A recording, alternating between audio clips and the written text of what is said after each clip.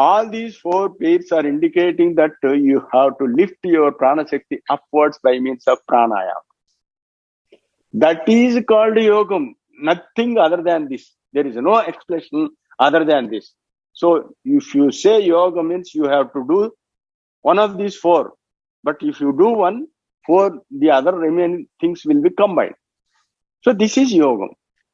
So unless you do this yogam, yoga means again there is a friction. There is a friction. Otherwise, you cannot straight away take this life force upwards. There is an obstruction. What is that obstruction? Again, I told you, kapham.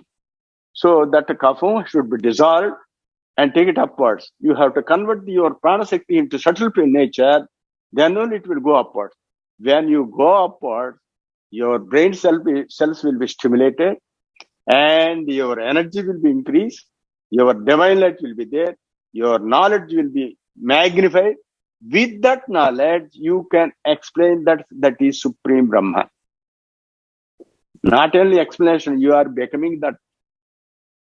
Then only it is Advaitam. Nothing is separated from me. I am that only. When I became that, I am that. But when I came downwards, something is beyond me. Tat Tvamasi, Tat Tvamasi, Tat Tvamasi. Tat is Brahman.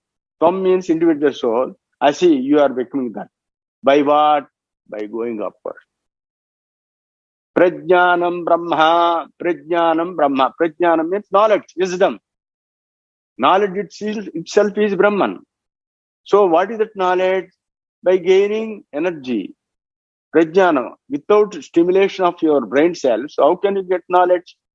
So that energy, that knowledge you got out of the stimulation of all the brain cells, that is called Prajnanam Brahma.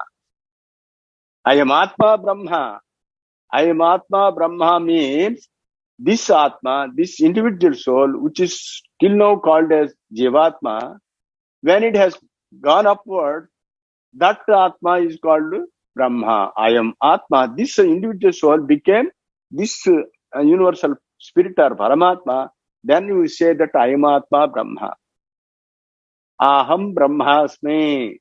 Aham Brahmasmi means I am Brahman itself. When? Not here. Not here. You go there and say that I am Brahman.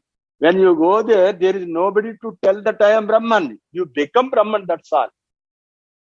If you say that I am Brahman means still there is duality. There is Dvaitam.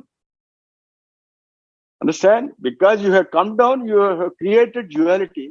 With that you say that I am separated from God and something like that. Even if you say that I am Brahman, you are still in duality only. You are Dvaitam only. Understand?